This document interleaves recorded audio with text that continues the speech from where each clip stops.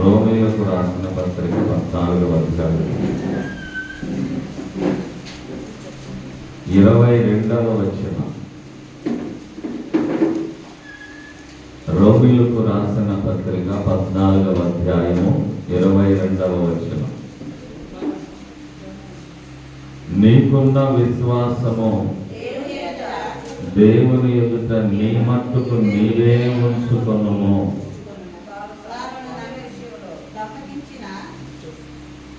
తాను సమ్మతించిన విషయములో తనకు తానే తీర్పు తీర్చుకొనిన వాడు ధన్యుడు. తనకు తానే తీర్పు తీర్చుకున్నవాడు ధన్యుడు. ఈ మాట మన ఆత్మీయ జీవితానికి ఒక మంచి పాఠమే. మనం ఎదుటి వారికి తీర్పు తీర్చాలని చూస్తూ ఉంటాం. వాళ్ళు అట్లా చెయ్యొచ్చా, వాళ్ళు అక్కడికి వెళ్ళొచ్చా, వాళ్ళు అలా మాట్లాడొచ్చా, రైతులా ఎదుటి వారికి తీర్పు తీరుస్తూ ఉంటాం. ప్రార్థనకి వెళ్తున్నారే, అలా ఉండొచ్చా, వాళ్ళు అలా మాట్లాడొచ్చా? ఎదుటి వారికి తీర్పులు తీర్చడానికి మాత్రమే మనము ఉన్నాము అన్నట్లుగా కనిపిస్తూ ఉంటుంది. కానీ బైబిల్ అలా చెప్పలేదండి. భక్తులైన మీకు మిమ్మల్ని మీరు తీర్పు తీర్చుకుంటేనే మీరు ధన్యులవుతారు అని చెప్పింది బైబిల్. ఎవరినెవరు తీర్పు తీర్చాలి? ఎవరినెవరు తీర్చాలి? ఎవరికి వారే సొంతంగా వారు ఏం చేస్తున్నారో, వారు ఏమి కలిగి ఉన్నారో దాని విషయమై వారిని వారే తీర్పు తీర్చుకోవాలి. తీర్పు తీర్చుకునే న్యాయస్థానం, తీర్పు తీర్చే చట్టం నీకు బైబిల్ గ్రంథమే. నువ్వేం చేస్తున్నావో నీకు నువ్వే తీర్పు తీర్చుకో. నువ్వు ధన్యుడు అవుతావు, ధన్యురాలు అవుతావు. దానికి చట్టం ఉంది. అది బైబిల్ గ్రంథంలో నిక్షిప్తంగా దాచబడి ఉంది. ఏం చేసినా బైబిల్లో ఒకసారి పోల్చుకోండి, అడగండి, నువ్వు చేస్తున్న పని చట్ట ప్రకారంగా ఉందా? ఏ చట్టం అది? దైవ చట్టం, దేవుని చట్టం. ఎందులో ఆ చట్టాన్ని నువ్వు ఉల్లంఘించడానికి వీలు లేదు. దైవ చట్టానికి లోబడి బ్రతకాల్సిన భక్తి మనం చేయకపోతే ఆ భక్తి వ్యర్థమైపోతుంది. అందుకే దేవుడు అంటాడు, నీకు నువ్వు తీర్పు తీర్చుకుంటే నిన్ను ధన్యుడ స్థానంలో నిలబెడతాను అన్నాడు. ఎవరికి వారే వారిని వారే తీర్పు తీర్చుకోవాలి. నన్ను నేను తీర్పు తీర్చుకోవాలి, నిన్ను నువ్వు తీర్పు తీర్చుకోవాలి. మనకు న్యాయాధిపతి ప్రభు అయిన యేసుక్రీస్తు. మనకున్నటువంటి ధర్మం, చట్టం బైబిల్ గ్రంథం. దాని ప్రకారంగా మన పరిస్థితులు ఉన్నాయో లేదో తెలుసుకోవాలి. ఎందుకు ఈ మాట చెప్పాడంటే, మాంసము తినే విషయం గురించి ఈ మాట వచ్చింది. అందరికీ మాంసాపేక్ష అధికంగా ఉంటుంది. మాంసము తినడం గురించి ఎక్కువగా మనుషులు ఆరాటపడుతూ ఉంటారు. దాని గురించి 17వ వచనం చూడండి. దేవుని రాజ్యము భోజనము పానము కాదు, నీతియు సమాధానము పరిశుద్ధాత్మలో ఆనందమే కదా. దేవుని యొక్క రాజ్యం అంటే భోజనాలు పానాలు కాదండి. దేవుని రాజ్యం అంటే అన్నపానాలు కాదు. ఇప్పుడు ఇదంతా మరీ పూర్తి రివర్స్ అయిపోయింది. సారీ, నేను ఎవరిని కించపరచను. దేవుని రాజ్యం భోజనంగా మారిపోయింది. దేవుని రాజ్యం పానీయాలుగా మారిపోయాయి. నేను దానికి అడ్డు చెప్పడం లేదు, కానీ ఇప్పుడంతా దేవుని వాక్యానికి పూర్తి విరుద్ధంగా మారిపోయింది. బైబిల్ ఏమంది? దేవుని రాజ్యం భోజనం కాదు, పానము కాదు. 21వ వచనం చూడండి. మాంసము తినడం గాని ద్రాక్షారసం త్రాగడం కానీ నీ సహోదరునికి అర్థం కలుగజేస్తుంది అనుకుంటే అలాంటిది ఏదైనా ఉంటే మానుకోవడం మంచిది అన్నాడు. అర్థంగా అభ్యంతరంగా ఉంటే మానుకోమన్నాడు, కానీ అభ్యంతరం లేకపోతే తినమనే కదా దాని భావం. మరి నీ సహోదరునికి అభ్యంతరం అయితే నీ సహోదరుడు నీ వలన దేవుని దగ్గరకు రావడానికి అభ్యంతరపడతాడు. అతనికి అభ్యంతరంగా లేకుండా మానుకో. అతన్ని రక్షించడం ముఖ్యమా, నువ్వు భోజనాన్ని భక్షించడం ముఖ్యమా అంటుంది బైబిల్. రక్షణ ముఖ్యమా, భక్షించడం ముఖ్యమా? భోజనం ముఖ్యమా, దేవుని రాజ్యం ముఖ్యమా? చెప్పండి.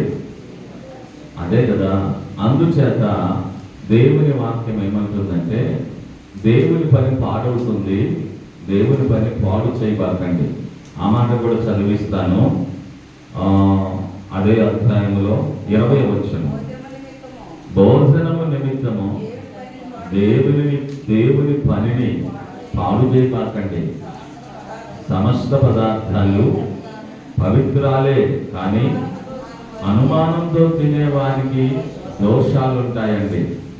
కాబట్టి దేవుని రాజ్యంలో మీరు భోజనం తినడానికి, పానం త్రాగడానికి మాత్రమే ప్రియాతి ప్రాధాన్యత ఇవ్వకండి అంటూ, ఒకవేళ నీ సహోదరునికి మాంసం తింటాం ఎందుకో అభ్యంతరంగా అనిపించింది, అందుచేతనే అతడు దేవుని దగ్గరకు రాలేకపోతున్నాడు.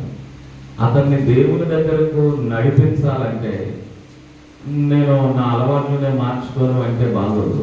నీ అలవాట్లు, మాంసం తినే అలవాటు ఉంది, వాడిని నువ్వు దేవుని దగ్గరకు నడిపించాలి అనుకున్నప్పుడు రక్షణలోనికి వాడిని ఏ విధం చేతనైనా తీసుకురావాలనే భావం నీకుంటే వాడి కొరకు నీ భోజనాన్ని మార్చుకోవడం తప్పేమీ లేదు. కొంతమంది సరే, ఈ రోజుల్లో నేను అనేక విషయాలు నా చెవులతో వింటూ ఉంటాను. ఒక ఇష్టమైనటువంటి భార్యాభర్తలు వారి అభిరుచులు తెలుసుకొని భార్య కొరకు భర్త కొన్ని అలవాట్లు మార్చుకోవడం, భర్త కొరకు భార్య కొన్ని అలవాట్లు మార్చుకోవడం మనం గమనిస్తున్నాం. ఇక అంతెందుకు, ప్రేమికులైతే వారికి ఉన్న చెడ్డ అలవాట్లను ప్రియురాల కొరకు ప్రియుడు మార్చుకోవడం, ప్రియుని కొరకు ప్రియురాలు మార్చుకోవడం చూస్తున్నాం. కేవలము ఒక వ్యక్తిని ఇబ్బంది పెట్టకుండా ఉండటానికి దౌర్భాగ్యపు ప్రేమ, నిష్ఠూరపు ప్రేమ, లోక సంబంధమైన ప్రేమ, ఈ ప్రేమకి పద్ధతులను అలవాట్లను మార్చుకుంటున్నారే. శాశ్వతమైన ప్రేమ యేసయ్య నీపై చూపే ప్రేమ. అందుకొరకు ఆ శాశ్వతమైన ప్రేమలోకి ఒక వ్యక్తిని నడిపించడానికి మాంసపు అలవాట్లు మారితే తప్పేంటి? మార్చుకోవడం వల్ల నీకు పోయేదేంటి? మార్చుకొని మానుకోవడం తప్పేం కాదు. అతన్ని రక్షణలోనికి తీసుకొచ్చిన వాడు అవుతాం. దేవుని దగ్గర నీకు గొప్ప ఘనత దొరుకుతుంది. త్యాగం చేశావు.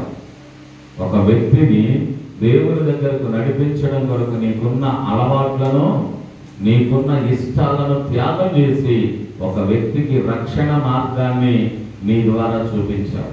కాబట్టి దేవుని ఎదుట నీ ప్రతిఫలము అధికం కాబోతుంది. దేవునికి మహిమ కలుగునుగా. ఇప్పుడు ఈ విషయాల్లో జాగ్రత్తగా ఆలోచించండి. తనకు తానే తీర్పు తీర్చుకోవడం మంచిది. తీర్పు తీర్చుకోవడం మంచిది.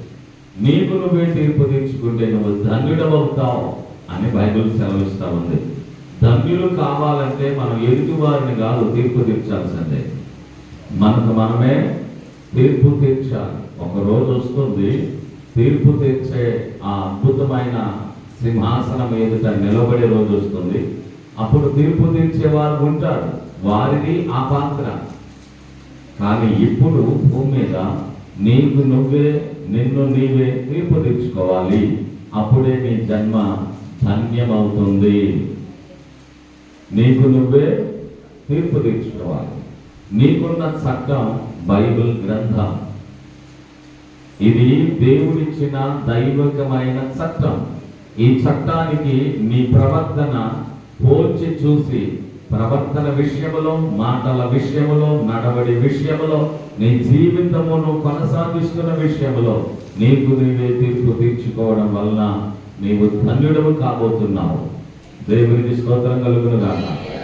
అలా కాకుండా ఇతరులకు తీర్పు తీరుస్తాను, నేనే నీతిమంతుడిని, ఇతరులందరినీ కూడా తీర్పు తీర్చి వారు దోషులని, వారు దుర్మార్గులని ప్రకటిస్తాను అంటే నీవు దేవుని దృష్టిలో అన్యుడుగా ఉండిపోతావు.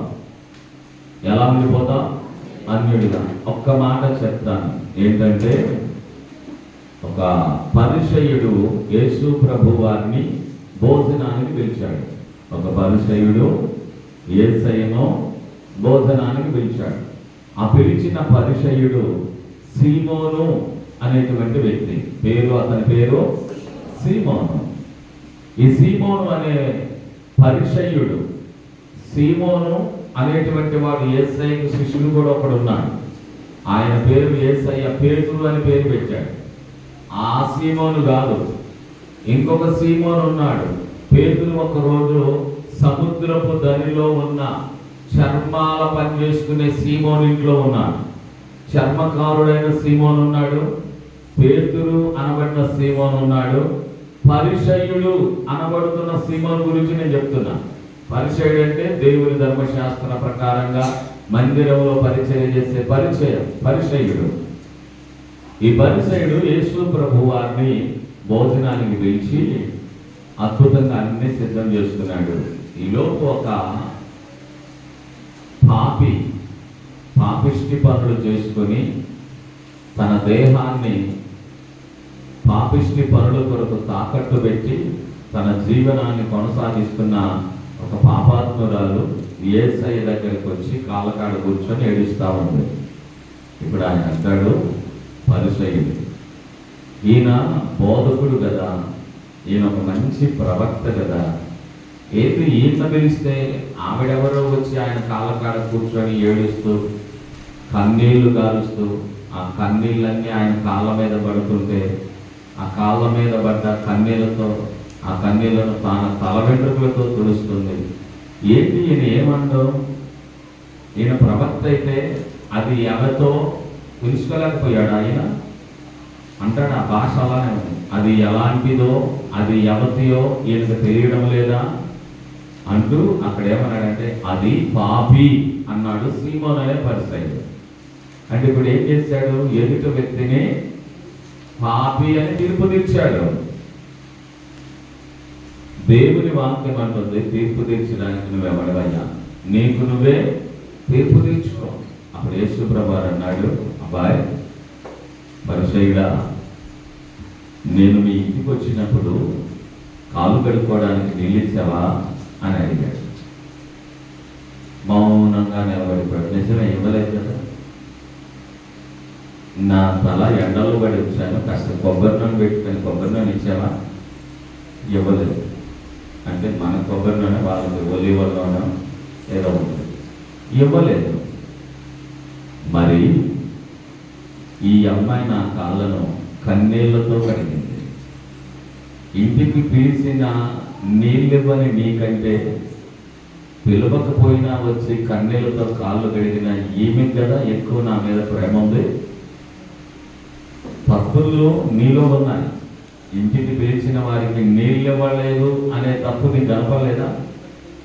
కాస్త తలకు నూనె పెట్టుకోండి అంటాం కూడా నీకు తెలియలేదా? నీ కంట్లో దూలం ఉంది, ఎదుటి వారి కంట్లో నలుసు కనపడతా ఉంది నీకు. అంచేత ఎదుటి వారికి తీర్పు తీర్చడం మానుకొని ఎవరికి వారే తీర్పు తీర్చుకోండి, అప్పుడు మీరు ధన్యులవుతారు. చప్పట్లతో దేవుని.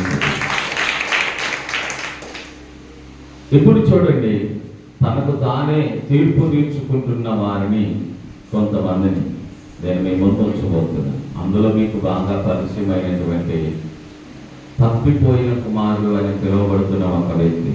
చూద్దాం రండి. లూకాసు వార్త 15వ అధ్యాయంలో, లూకాసు వార్త 15వ అధ్యాయం తనకు తాను ఏ విధంగా తీర్పు తీర్చుకుంటున్నాడో ఒక అద్భుతమైనటువంటి సంఘటన ఉంది. 15వ అధ్యాయంలో 17వ వచనం, అయితే బుద్ధి వచ్చినప్పుడు, అంటే అంతకుముందు ఏం లేదని, బుద్ధి లేదు, ఇప్పుడే బుద్ధి వచ్చింది.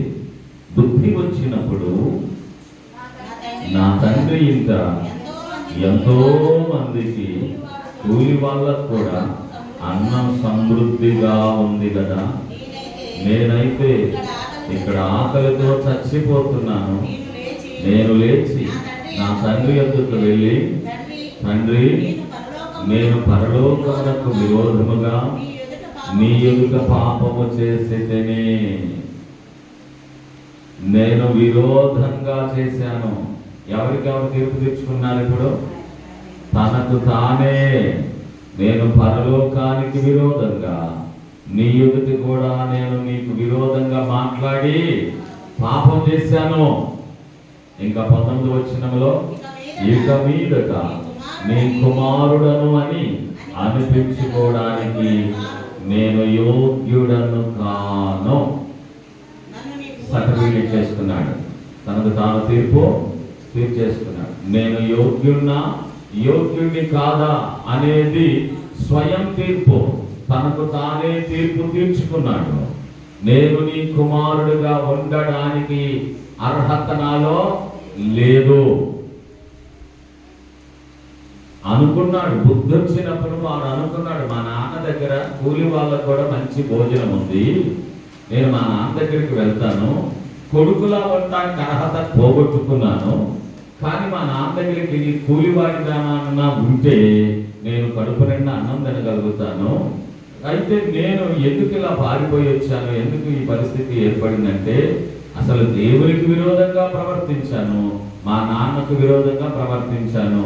ఈ విరోధంగా బ్రతకడం పెద్ద పాపంతో సమానం.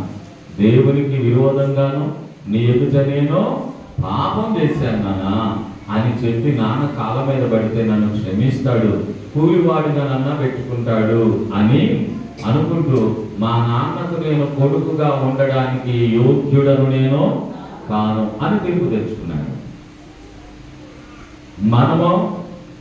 మనకు మనం తీర్పు తీర్చుకోలేకపోతున్నాం. తీర్పు నీకు నువ్వు తీర్చుకుంటే నువ్వు ధన్యురాలవు, నీకు నువ్వు తీర్పు తీర్చుకుంటే నువ్వు ధన్యుడవు. స్తోత్రం కలుగును గాక. హల్లెలూయా. ఇప్పుడు తప్పిపోయిన కుమారుడు అంటున్నాం, అతడు తనకు తాను తీర్పు తీర్చుకున్నాడు. 20వ వచనం చూస్తే, ఇలాగ అనుకున్నాడు, యోగ్యుడను కాను అని 19వ వచనం కొనసాగించండి. నన్ను నీ కూలి వారిలో ఒకరిగా పెట్టుకొనమని అతనితో చెప్పుతాను అని అనుకొని లేచి తండ్రి యొద్దకు బయలుదేరి వచ్చేస్తా ఉన్నాడు. అనుకున్నాడు, మనసులో అనుకున్నాడు. తీర్పు ఎక్కడ తీర్చుకుంటున్నాడు? తన మనసులో తనకు తాను తీర్పు తీర్చుకొని మా నాన్న దగ్గరికి నేను వెళ్తానని బయలుదేరాడు. బయలుదేరినప్పుడు 20వ వచనం, వాడిగా దూరముగా ఉన్నప్పుడు తండ్రి వాడిని చూసి కనికరపడి పరుగెత్తి వాని మెడ మీద పడి ముందు పెట్టుకున్నాడు. చప్పట్లతో దేవుడు ధన్యుడవ్వాలంటే నీకు నువ్వు తీర్పు తీర్చుకో. నాన్న పరిగెత్తుకుంటూ వచ్చి కౌగిలించుకొని మెడ మీద పడి ముద్దు పెట్టి అద్భుతమైనటువంటి కృప తండ్రిగా కుమారునికి తిరిగి ఇచ్చేశాడు.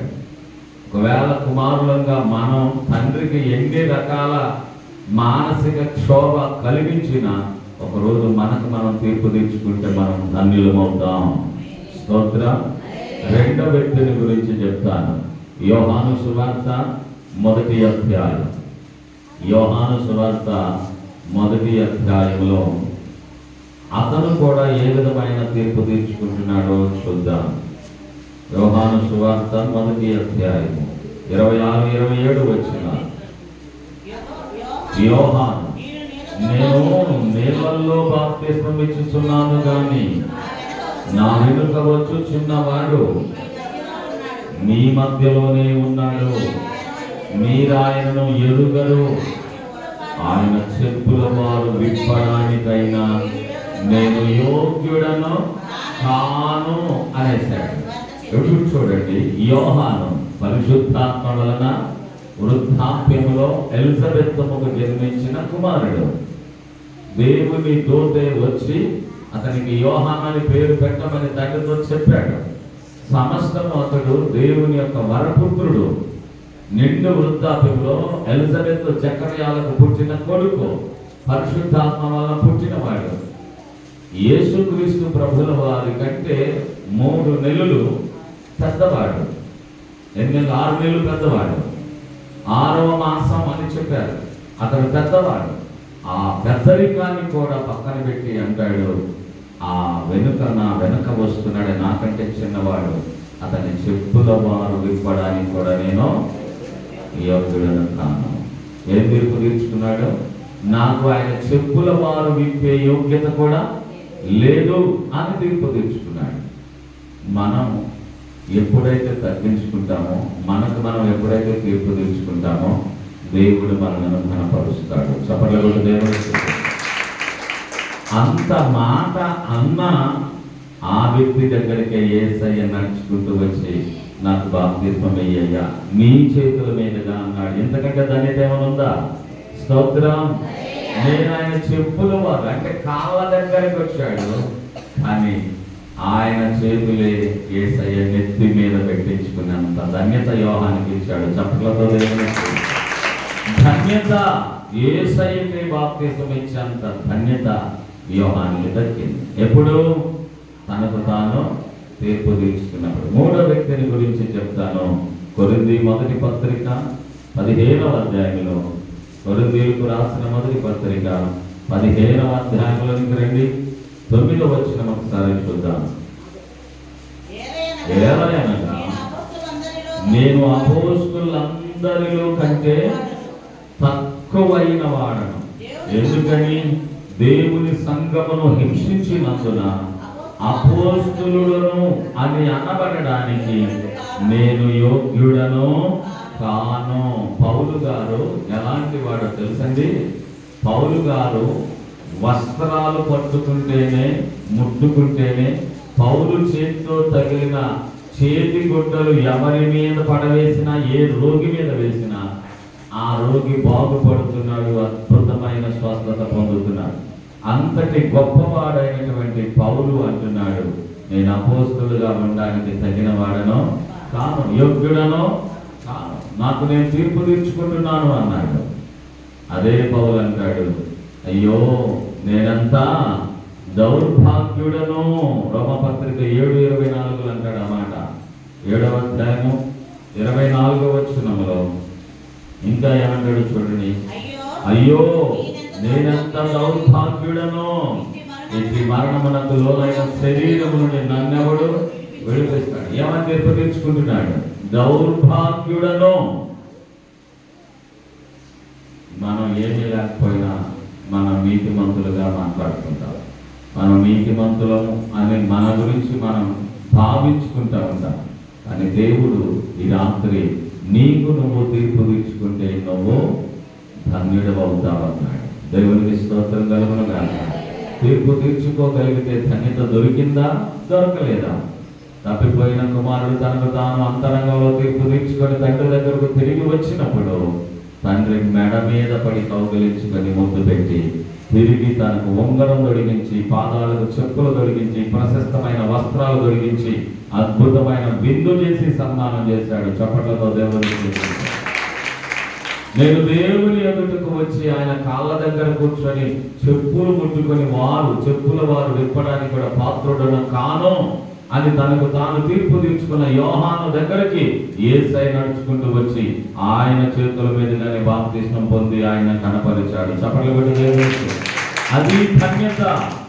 పౌలు గారు అంటాడు, నేనంత దౌర్భాగ్యుడు, నేను అపోస్తలుగా ఉండడానికి యోగ్యుడను కాను.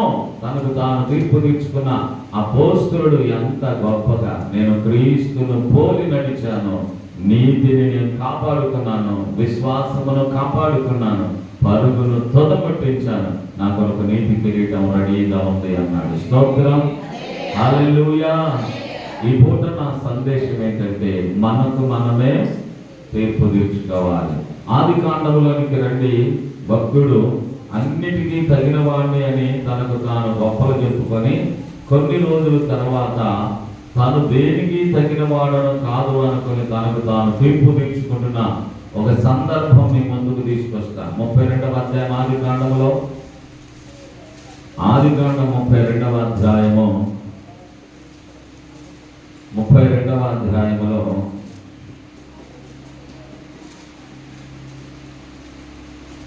10వ వచనం, నీవు నీ సేవకునికి చేసిన సమస్తమైన ఉపకారములకును సమస్త సత్యములకును అపాత్రుడను ఎట్లనగా నా చేతి కనుతో మాత్రమే యోర్దాను దాటాను. ఇక్కడ అంటాడు యాకోబు గారు. ఇక్కడ ఎవరు? యాకోబు. ఎవరినైనా మోసం చేయగలిగిన టాలెంట్ ఉన్నవాడు. అన్ననైనా, తండ్రినైనా, మామనైనా. అన్నను, తండ్రిని, మామను అందరినీ మోసం చేసిన యాకోబు ఇప్పుడు ఏమంటాడంటే, నేను నీ సేవకునికి చేసిన సమస్తమైన ఉపకారములకును సమస్త సత్యములకును నేను అపాత్రుడను, నాకు పాత్ర లేదు, నేను యోగ్యుడను కాను, అపాత్రుడను, నాకంత ప్రాప్తము లేదు, అయినా నాకు ప్రాప్తము దక్కింది. దానికి నేను పాత్రుడను కానయ్యా, అపాత్రుడనయ్యా. నీ సత్యానికి నేను మరి పాత్రత కలిగిన వాడిని కాదు. సత్య సంబంధమైన పాత్ర నాకు వర్తించదు, అయినా నాకు ఇచ్చావు. ఎప్పుడైతే నేను అపాత్రుడనని ఒప్పుకున్నానో నన్ను యోగ్యుడిగా మార్చావు, పాత్రుడిగా చేశావు. అపాత్రుడనైన నన్ను పాత్రుడుగా మార్చాడు దేవుడు. స్తోత్రం. అప్పుడే చూద్దాము ఏమంటాడు 32వ అధ్యాయంలో 32వ అధ్యాయంలో 28వ వచనం, అప్పుడు ఆయన నీవు దేవునితోనూ మనుషులతోనూ పోరాడి గెలిచితివి గనుక ఇక మీదట నీ పేరు ఇశ్రాయేలు. దేవునితో పోరాడి గెలిచాడు. అపాత్రుడను అని ఎప్పుడైతే తీర్పు తీర్చుకున్నాడో అప్పుడు దేవుడు నీవు నన్ను కూడా గెలుచుకున్నావనే ధన్యతనిచ్చాడు. చప్పట్లతో దేవుని మనకు మనం తీర్పు తీర్చుకుంటే దేవుడు మనల్ని గెలిపిస్తాడు. మనకు మనం తీర్పు తీర్చుకోవాలి. మనం పాత్రుడమా, అపాత్రుడమా, మనం యోగ్యులమా, అయోగ్యులమా, మనకు మనమే తీర్పు తీర్చుకోవాలి. ఒకసారి మత్తయి సువార్త 8వ అధ్యాయంలో ఒక నాయకుడు, ఒక గొప్ప అధిపతి, మత్తయి సువార్త 8వ అధ్యాయంలో ఆయన ఏమంటాడో ఒకసారి చూడండి. 8వ అధ్యాయము 8వ వచనం, ఆ శతాధిపతి, ప్రభువా నీవు నా ఇంటిలోనికి వచ్చుటకు నేను పాత్రుడను కాను, నీవు మాట మాత్రము సెలవిమ్ము, అప్పుడు నా దాసుడు స్పష్టపడతాడన్నాడు. చప్పట్లతో దేవుని స్తుతించండి. శతాధిపతి కొడుకు చనిపోయాడని కబురు పెట్టాడు. చనిపోతున్నాడయ్యా, వచ్చి బాగు చేయమని కబురు పెట్టాడు. అప్పుడు కొడుకు కాదండి, తన దగ్గర పనివాడు, ఎంతో చక్కగా కుమారులాగా పెరిగాడు. దాసుడు పక్షవాయువుతో బాధపడుతున్నాడని 6వ వచనంలో ఉంది. ప్రభువా నా దాసుడు పక్షవాయువుతో మిగులా బాధపడుచు ఇంటిలో పడి ఉన్నాడని చెప్పి ఆయన వేడుకొనెను. యేసు నేను వచ్చి వాడిని బాగు చేస్తానని చెప్పగా ఆ శతాధిపతి అంటాడు, ప్రభువా నీవు నా ఇంట్లోనికి రావడానికి నేనంత యోగ్యుడను, అంత గొప్ప అర్హత కలిగిన వాడిని కాదు. అంటే తన ఏంటో, తన స్థాయి ఏంటో, తన స్థితి ఏంటో, తన పవిత్రత ఏంటో, తన యథార్థత ఏంటో తనకు తాను తీర్చుకున్నాడు. యేసు పరిశుద్ధుడు, నేను పరిశుద్ధుడిని కాదు. యేసు నీతిమంతుడు, నేను నీతిమంతుడిని కాదు. యేసు మహిమను విడిచి నా దగ్గరికి భూమి మీదకి వచ్చాడు. అలాగని నా ఇంటిలోకి అడుగు పెట్టించుకోగలిగినంత గొప్పవాడిని నేను కాదు. ఎప్పుడైతే అలాగ తనకు తాను తీర్పు తీర్చుకున్నాడో వెంటనే యేసు ప్రభు తన దాసుని స్వస్థపరిచాడు. చప్పట్ల కొట్టు దేవుని స్తుతించండి. అంటే మనకు మనం తీర్పు తీర్చుకుంటే మనం ఏమవుతామట? ధన్యులం అవుతాం. సంఖ్యాకాండం 12వ అధ్యాయం 11వ వచనంలో మరొక మాట. సంఖ్యాకాండము 12వ అధ్యాయము 11వ వచనంలో ఇక్కడ ఉన్నటువంటి ఒక చిన్న విషయాన్ని చూద్దాం. అహరోను గాని నా ప్రభువా మేము అవివేకులము పాపులమైన మేము ఈ ప్రార్థన మనవులు లేదా ఈ పాపముల మా మీద మోపొద్దు. ఏమన్నారు? అవివేకిని అన్నాడు. ఎవరు? అహరోను ఎవరు? యాజకత్వము కలిగినటువంటి వాడు. అంతేకాదు మోషేకు సొంత అన్న. మేము అవివేకులం అన్నాడంటే అహరోనుకు చెల్లెలుంది, ఆమె మోషే అక్క మిరియమ్మ. వీళ్ళిద్దరూ వివేకంగా ఉన్నాం అనుకున్నారు, జ్ఞానంగా మాట్లాడుతున్నాము, తెలివిగా మాట్లాడుతున్నాం అనుకున్నారు. కానీ వారు ఏం ఒప్పుకున్నారు? ఇప్పుడు మా వివేకము అవివేకమయ్యా. నిజంగా అది వివేకం కాదు. ఏంటి వారు తిరుగుబాటు చేసిందంటే, వారు చేసిన తిరుగుబాటు కూషు దేశపు అమ్మాయిని చేసుకోవటం వాళ్ళకి ఇష్టం లేదు, అన్నకి అక్కకి ఇష్టం లేదు. అది మోషే మీద తిరుగుబాటు చేశారు. అందుకే దేవుడు వారిని మొత్తి, రండి మీరు నా మందిరంలోకి రండి, మీ సంగతి తెలుస్తానని పిలిచి దేవుడు మిరియముకు కుష్టు రోగాన్ని అనుమతించాడు. నా సేవకునికి విరోధంగా మాట్లాడతారా అని వారిని రోగాల పాలు చేసినప్పుడు అప్పుడు అహరోను ఒప్పుకుంటాడు, అయ్యా మేము అవివేకులము. మనం వివేకులము కాదు, అవివేకులము. అంటే వివేకం లేకుండా మాట్లాడుతూ ఉంటాం, ముందుకు ఆలోచన లేకుండా మాట్లాడుతూ ఉంటాం. చూసావా, అహరోను మిరియాము తమకు తామే తీర్పు తీర్చుకున్నారు. తద్వారా ఏం జరిగిందో చూడండి 15వ వచనం. కాబట్టి మిరియాము 7 దినములు పాలెము వెలుపల గడిపెను. మిరియాము మరలా చేర్చబడి వరకు జనులు ముందుకు సాగలేరు. తరువాత జనులు అదే రోజు నుండి సాగి పారాను అరణ్యంలో చేరారు. అంటే వారం రోజుల్లోనే తన సమస్య అంతా, కుష్టు రోగం అంతా కంప్లీట్ గా నయమైపోయింది. చప్పట్లు కూడా దేవుని. మరి దైవజనునికి విరోధంగా, దైవజనునికి కష్టంగా మారినటువంటి దాసుడు గెహజీ ఉన్నాడు. గెహజీ ఒప్పుకోలేదు, నేను కరెక్టే, నేను ఎక్కడికి పోలేదు, నేను నీ దగ్గరే ఉన్నాను అని వెళ్ళి కూడా ఒప్పుకోకుండా అబద్ధాలు, మోసాలు అతడు చేయడం ప్రారంభించాక దేవుడు అన్నాడు సేవకుని నోటి నుండి, ఇక నుంచి నీ ఇంటి వారికి, నీ తరతరాలకు కుష్టు రోగమే ఉంటుందిరా. ఒప్పుకోలేదు, నేను పెద్ద గొప్పవాడిని అనుకున్నా, తప్పు చేసి కూడా తప్పును సమర్థించుకున్నా. చూసారా, తప్పు ఒప్పుకొని అవివేకులమని పాదాల దగ్గర పడిన వారు బాగుపడ్డారు. తప్పు ఒప్పుకోకుండా నేనే తప్పు చేయలేదు, ఎక్కడికి పోలేదు, ఇక్కడే ఉన్నాను అన్నటువంటి గెహజీ తనకు, తన వంశానికి, తరతరాలకు రోగాలు తెచ్చిపెట్టాడండి. అందుకే మనకు మనం తీర్పు తీర్చుకొని బాగుపడితే ధన్యులమవుతాం. స్తోత్రం కలుగును గాక. మరొక మాట నేను మీ ముందుంచి నా విషయాలను ముగిస్తాను. యెషయా ప్రవచన గ్రంథం 6వ అధ్యాయంలోకి రండి.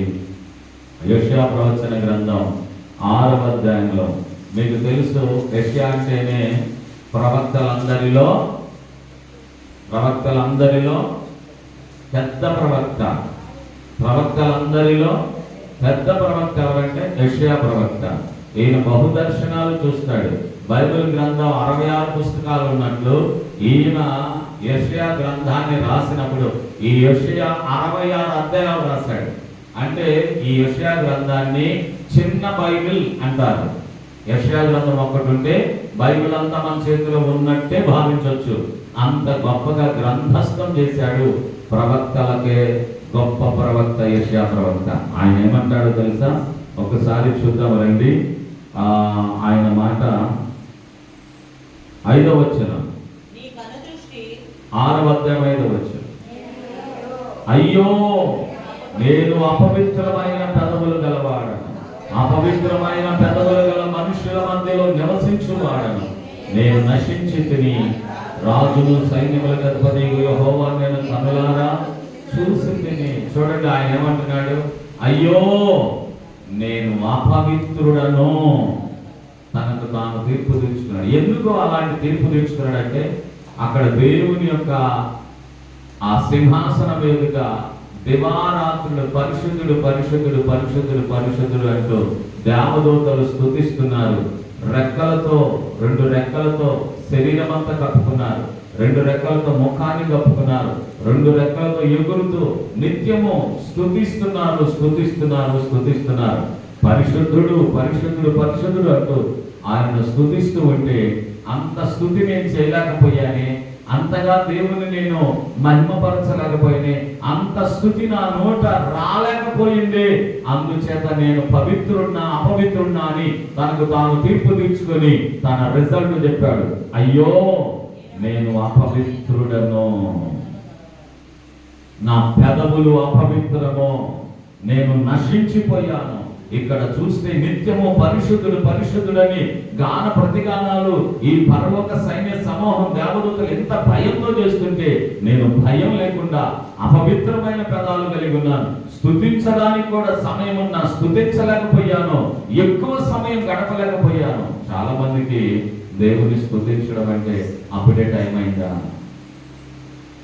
అప్పుడే మందిరం ఓపెన్ చేశారా, అసలు దావీదు నేను ఎప్పుడు మందిరానికి వెళ్తాను, తలుపు ఎప్పుడు తెలుస్తారని గడప దగ్గర కాచుకొని ఉన్నానని దావీదు చెప్పాడు. కానీ కొంతమంది చాలా బద్ధకం. అటు వారు తమకు తాము తీర్పు తీర్చుకోవడం వల్ల ఏమవుతారు? ధన్యులవుతారు. ఇప్పుడు ఇలాగ అయ్యో అపవిత్రమైన పెదాలు కలిగిన వాడిని, నేను నశించిపోయాను, ఇన్నాళ్ళు నా భక్తి మంచిది అనుకున్నాను, నేనే పెద్ద ప్రవక్తను అనుకున్నాను, నేనే గొప్పవాడిని అనుకున్నాను. కానీ అది మాత్రం ఏ మాటికి నిజం కాదు. నేను నశించిపోయాను, అపవిత్రమైన పెదవులు కలిగిన వాడిని, నేను పవిత్రుడిని కాదు అని ఎప్పుడైతే ఒప్పుకున్నాడో అప్పుడేం జరిగిందో చూడండి. అప్పుడు శరాపుల్లో ఒకడు తాను బలిపీఠం నుండి కారుతో తీసిన నిప్పుని చేత పెట్టుకుని నా ఎందుకు ఎగిరి వచ్చి నా నోటికి తగిలించి, ఇది నీ పెదవులకు తగిలినవి గనుక నీ పాపమునకు ప్రాయశ్చిత్తము జరిగింది, నీ దోషం తొలగిపోయిందని చెప్పాడు. చప్పట్ల పెట్టి దేవుని స్తుతి. ఎంత పెద్ద ప్రవక్తే దోషంతో పాపంతో ఉన్నాడు అని అర్థం చేసుకోవాలి. ఇతడు దోషంతో ఉన్నాడు, పాపంతో ఉన్నాడు. ఎంత పెద్ద ప్రవక్తే. ఎప్పుడైతే తనకు తాను తీర్పు తీర్చుకున్నాడో శరాపుల్లో ఒకడు ఆ కారుతో కొలిమిలో నిప్పును తీసుకొని వచ్చి ఆయన పెదవులకు తగిలించగా అంటాడు ఆ శరాపుల్లో ఉన్నటువంటి ఆ పెద్ద, ఈ రోజు నీకు నువ్వు తీర్పు తీర్చుకున్నావు కనుక ఈ అగ్ని నీ పాపములను క్షమించి దోషమును తుడిచివేసింది, ఇక నువ్వు పవిత్రుడు అయ్యావు. స్తోత్రం కలుగునుగాక. తీర్పు నీకు నువ్వు తీర్చుకుంటే యోగ్యుడవుతావు, నీకు నువ్వు తీర్పు తీర్చుకోకపోతే అయోగ్యుడవుతావు. నీకు నువ్వు తీర్పు తీర్చుకొని జీవితాన్ని దిద్దుకుంటే ఈరోజు దేవుడు చెప్పిన మాట నీవు ధన్యుడవుతావు. తనకు తానే తీర్పు తీర్చుకున్నవాడు ధన్యుడు. చెప్పండి ఇప్పుడు ఈ మాటకు, తనకు తానే తీర్పు తీర్చుకునేవాడు ధన్యుడు. ఇప్పటి నుంచి మనకు మనం తీర్పు తీర్చుకొని ధన్యులమవుదామా? ఎదుటి వారికి తీర్పు తీర్చుకుంటా, ఎదుటి వారి జీవితాలను గురించి చదువుతా, ఎదుటి వారి యొక్క భక్తిని గురించి చులకనగా మాట్లాడతా, ఎదుటి వారి నిజాయితీని, ఎదుటి వారి విశ్వాసాన్ని కించపరుస్తా, ఎదుటి వారికి తీర్పులు తీరుస్తా ఉంటే ధన్యులమవుతామా? ఏమవుతాం?